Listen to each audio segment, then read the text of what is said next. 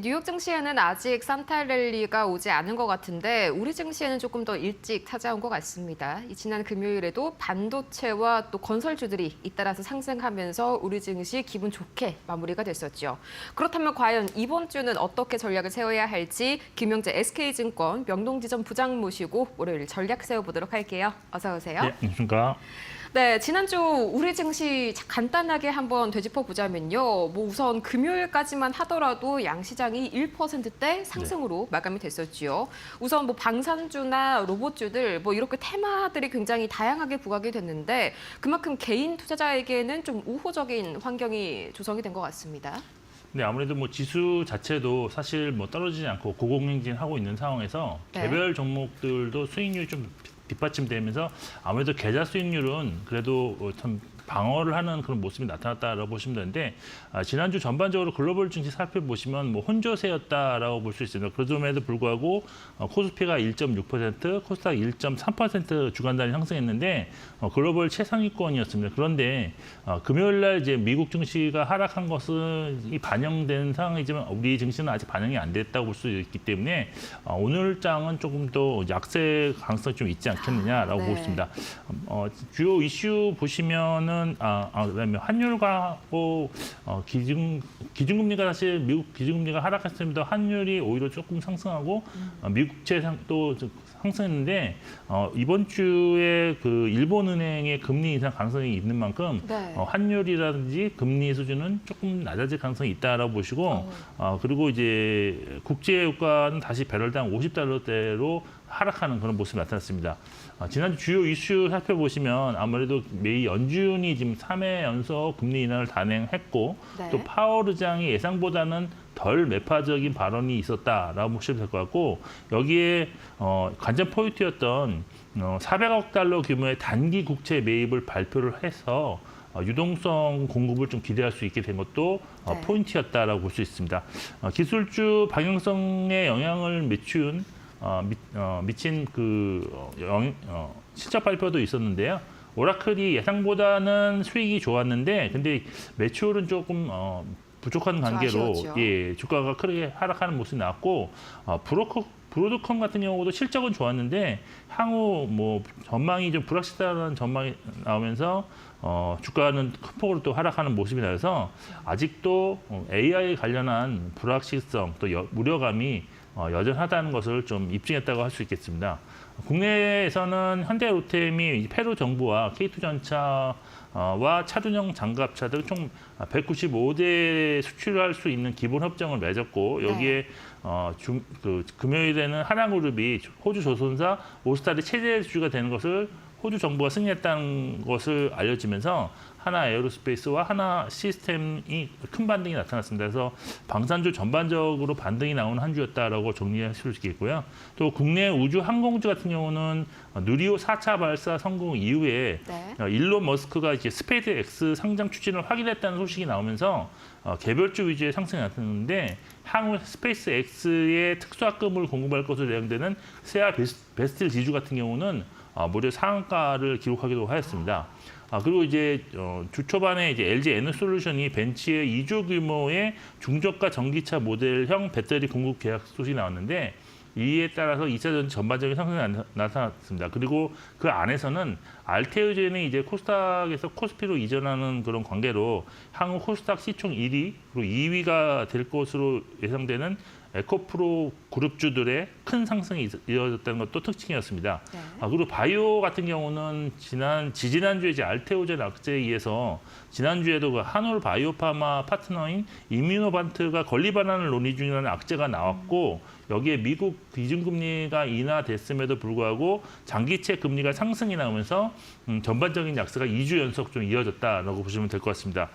지난주 코스피 내 업종별로는 올해 상대적으로 약한 업종들의 상승률이 좀 두드러졌는데 상승률 상위 업종으로 6.3% 상승한 철강 금속, 그리고 5.6% 상승한 비금속 광물, 3%대 상승한 건설과 운수장비가 있었고요.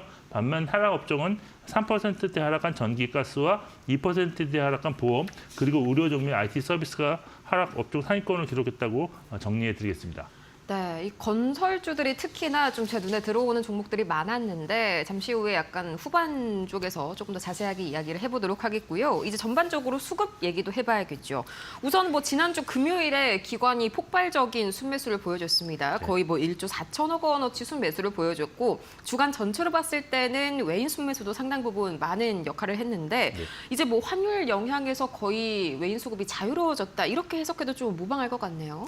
뭐 환율 같은 경우는 사실 이제 향후에는 조금 더 여기서 하락할 수 있는 그런 개연성이 있기 때문에 아무래도 그런 것이 어느 이제 더 추가적인 외국인 순매수를 유입할 수 있는 원동력으로 작용할 가능성이 있습니다. 근데 이제 조금 이제 방향성이 좀 전환되는 것이 아니냐 하는 그런 느낌을 좀 지난주에 받았는데 외국인 같은 경우가 지금 거의 2달 만에 주간 단위로 양시장 모두 순매수하는 모습이 나왔습니다. 양시장 모두요? 네. 보통 이제 코스피가 사실 뭐 매수가 나올 경우 코스닥이 좀 약하고 아니면 코스닥을 살릴 때 코스피도 약했는데 지난주는 코스피에서 8,500억 그리고 코스닥은 비교적 큰 매수세라고 할 수 있는 6,500억 원의 순매수가 나타났습니다. 뭐 업종으로 본다면 순매수하는 업종이 코스피에서는 더 많았는데요. 최근 매도했던 업종을 다시 매수하는 모습이 나타나는 것도 특징이었습니다. 화학, 의약품, 철거금속, 전기전자, 운수창고, 증권업 순매수했는데 여기서 이제 의약품과 증권이 주간 단위로 계속 매도하다가 다시 매수로 전환했다는 특징이 있었고요. 코스닥에서는 외국인 대부분 업종에서 순매수가 나왔는데 특히 이제 건설, 유통, 제약, 비금속, 기계장비, 일반 전기전자 매수는 주간 단위로 볼 때 매일 거의 꾸준하게 나타났다 매수가 이렇게 보시면 될 것 같습니다. 종목으로 접근해 봐도 코스피에서 이제 순매수 상위 종목에 드디어 이제 SK 하이닉스가 1등을 했고요. 하나 에어로스페이스, 기아 순으로 순매수가 나타났고 순매도 상위 종목에는 이번에는 또 삼성전자가 들어가 있는데 삼성전자, 현대차, 하나오션이 있었습니다. 상장 이후 그리고 순매도를 계속 지속했던 계속 그래서 이름을 올렸던 삼성 에피스 홀딩스가 지난주 외국인 드디어 527억 원 순매수로 전환하면서 또다시 또 큰 폭의 주가 상승률을 기록했던 것도 좀 눈여겨볼 대목이었다라고 보시겠습니다. 그리고 이제 지난 시간에 SK 하이닉스 순매도 금액이 좀 축소되면서 이제는 순매수 전환 가능성이 있다고 봤는데 삼성전자와 SK 하이닉스의 외국인 수급이 이번에는 좀 상반되게 나왔다는 것도 특징이다. 그리고 코스닥에서는 에코프로, 클로봇, 에코프로 BM이 순매수 상위권 종목이었는데요. 에코프로는 2주 연속으로 지금 순매수 상위 종목에 이름 올렸습니다. 그리고 순매도 상위 종목으로는 D&D 파마텍, 로보티즈, 알테오젠이 있는데 전반적으로 아직까지 바이오 종목들에 대한 순매도가 좀 있다라고 보시면 될 것 같고 특히 알테오젠이 2주 연속 상위권 3위 안에 지금 순매도가 나왔다는 점도 참고하시면 좋을 것 같습니다. 전반적으로 일단 2차 전지에 대한 관심이 조금씩 높아지고 있다는 점이 지난 한 주의 특징이었다라고 정리를 해드리겠습니다. 네, 지난주에 말씀해주신 그대로 바로 또 SK 하이닉스가 외인 순매수 완전 탑 클래스를 기록을 했네요. 특히나 지난주에 SK 하이닉스가 거의 6% 가까이 반등에 성공을 했지 않습니까? 되게 호재거리가 아닐 수가 없는데 문제는요. 지난주 금요일 뉴욕 증시에서 나스닥이 1.7% 하락을 했죠. 이 엔비디아가 3%대, 브로드컴이 11%대.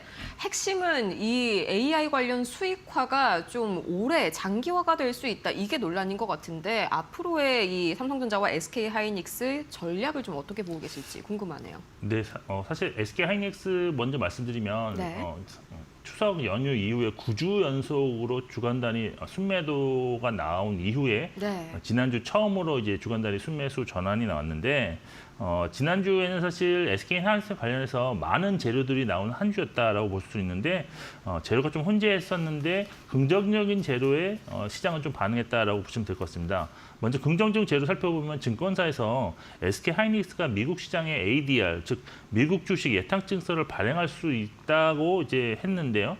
만일 ADR이 이제 발행될 경우에는 미국 내 뭐 적극적인 투자자들의 롱숏 전략에 포함될 뿐만 아니라 나스닥 및 필라델피아 반도체 추정 펀드들이 또 기계적으로 매수하는 그런 수급이 유입될 수 있어서 사실 사업 구조가 비슷한 마이크론 대비 밸류에이션이 상당히 좀 저평가를 받는 상황에서 만일 ADR이 이제 미국에 발행이 된다 그러면 밸류에이션 갭 메꾸기가 진행될 수 있기 때문에 상당히 좀 긍정적인 호재로 볼 수 있습니다. 그래서 사실 이런 것을 조회 공시가 들어갔었는데 네. 투자 측에서는 답변을 통해서 다양한 방안을 검토 중이라고 해서 부정하지는 않는 그런 모습이 나타나서 오히려 그 답변 이후에 추가적인 SK 하이닉스 주가 상승이 있었다라는 점이 중요한 것 같습니다. 그리고 두 번째 긍정적 재료가 정부가 이제 반도체 산업 금산분리 완화하겠는데요. 금산분리가 사실 산업자본이 금융업을 소유를 못한다는 것이었는데 예외 조항으로 첨단 산업에 한해서 지주사가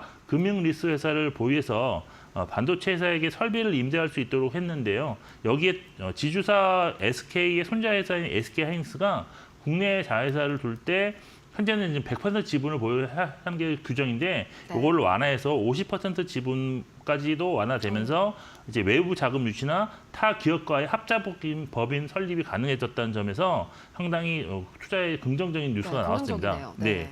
그리고 지난주 발간된 리포트 모두가 SK 하이닉스의 4분기 어닝이 지금 컨센서스를 한 10% 이상 초과하는 어닝 서프라이즈가 예상된다는 점을 공지한 점도 주가 상승에 도움이 되었습니다. 그때 부정적인 재료도 있었는데 내년에 엔비디아의 최신 AI 가속기 루빈에 들어가는 HBM4의 대량 양산 시점을 원래는 2분기 말로 내년 잡았는데 이게 연기되어서 이제 앞으로는 탄력적으로 운영했다. 결국 아무래도 이제 판매 단가가 높을 것으로 추정되는 HBM4의 본격적인 매출 시점이 연기된 거기 때문에 네. 사실 시장에 나와 있는 추정치가 조금은 변경, 조정, 하향 조정될 가능성이 좀 있는 그런 상황입니다. 그래서 이런 것도 있었고 사실 또 거래소에서 투자 경고 종목으로 지정하면서 이제 22일까지 이제 그것을 이제 유지가 되는데 이럴 경우에는 지금 레버리지를 이용한 투자가 어렵다는 점에서 단기적으로는 상당히 부정적인 요인이 될 수밖에 없습니다. 그래서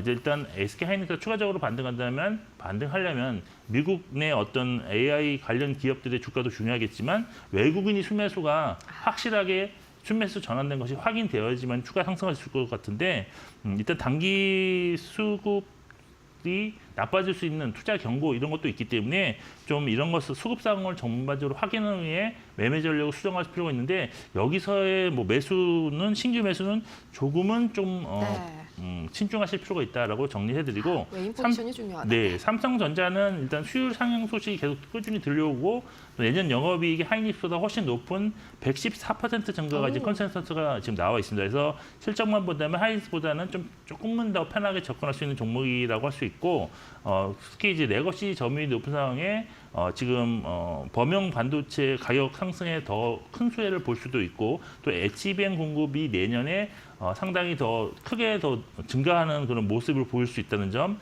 수급적으로도 외국인 4분기 동안에 지금 5조 3천억 원 순매수해 놓은 상황이기 때문에 전반적으로 볼 때는 조정 시에는 삼성전자에 대한 관심을 조금 더 높일 필요가 있지 않겠느냐고 정리해드리겠습니다. 네, 삼성전자에 대한 관심을 조금 더 높일 필요가 있다. 핵심인 것 같습니다. 또 이제 최근에 뭐 반도체뿐만이 아니라 이제 재건축 그리고 건설주 관련해서도 굉장히 좀 코멘트가 많이 이어지고 있죠. 네. 특히나 좀 원전이 묻은 건설주들이 잘 가더라고요. 네. 관련해서 앞으로의 투자 전략 그리고 관심 종목이 있다면 또 어떤 게 있을지 궁금하네요. 네, 일단 12월 들어서 건설주 상승이 좀 크게 좀 나타나고 그렇죠. 있는데 지금 12월만 지금 건설주 업종 지수가 12.1% 상승했고 그리고 이제 코스피는 6.1% 상승해서 거의 2배 가까이 코스피를 아웃퍼폼했다라고 보시면 될 것 같습니다. 뭐 상승 원인이 크게 세 가지로 정리할 수 있는데 원전에 대한 재관심, 그리고 내년 주택시장 반등 가능성, 그리고 내년 실적이 수익성 개선이 될 수 있다. 이런 전망인데요. 네. 먼저 원전 수주와 관련해서는 내년 건설업의 가장 중요한 모멘텀으로 자주 거론되는 상황에 미국 정부가 이제 한국과 일본 정부가 투자한 자금 7,500억 달러 중에서 일부를 원전에 우선 투자하겠다고 결정을 했고요. 또 젠슨왕 엔비디아 CEO도 AI 성장의 핵심은 전력인데 이를 안정적으로 공급하기 위해서 가장 중요한 에너지원이 원자력이다라고 해서 원전 설계부터 시공 그리고 운영 보수까지 가능한 한국 기업들에 대한 관심이 투자자들 사이에서 더 높아지고 있다라고 보시면 될 것 같고 그리고 내년 전국 주택시장 반등 가능성은 현재 지금 경기권을 중심으로 매매 가격 상승보다 전월세 가격 상승이 높아지면서 내년 주택 공급이 부족할 가능성이 전국적으로 확대될 수 있는 상황인데요. 특히 가장 미분양이 심했던 대구 지역이 내년 하반기 가격 반등이 높을 것으로라는 전망이 지금 나오면서 내년엔 서울뿐만 아니라 전국적인 주택 가격 반등 가능성이 있고 여기에 추가적인 공급 대책도 나올 수 있다라는 것이 투자 포인트입니다. 그리고 내년 건설사 수익성 개선과 관련해서는 아직은 업황이 좋지 못한 관계로 매출에 대해서는 사실 크게 증가하지 않을 것 같지만 수익성이 떨어지는 공사장이 감소되고 또 원재료비 가격 하락, 여기에 인건비 안정으로 인해서 수익성 개선세는 올해에 이어서 내년에도 좀 크게 나설 수 있다는 점이 부각되고 있습니다. 결국 투자 전략은 원전 건설주에 대한 지속적 보유 가치과 더불어 최근 추세가 다시 상승으로 전환된 종목에 대한 중장기 관심을 가지기 좋다는 것으로 보고 있고 네. 관심 종목으로는 일단 원전 관련해서 현대건설을 좀 보셔야 될 것 같고요.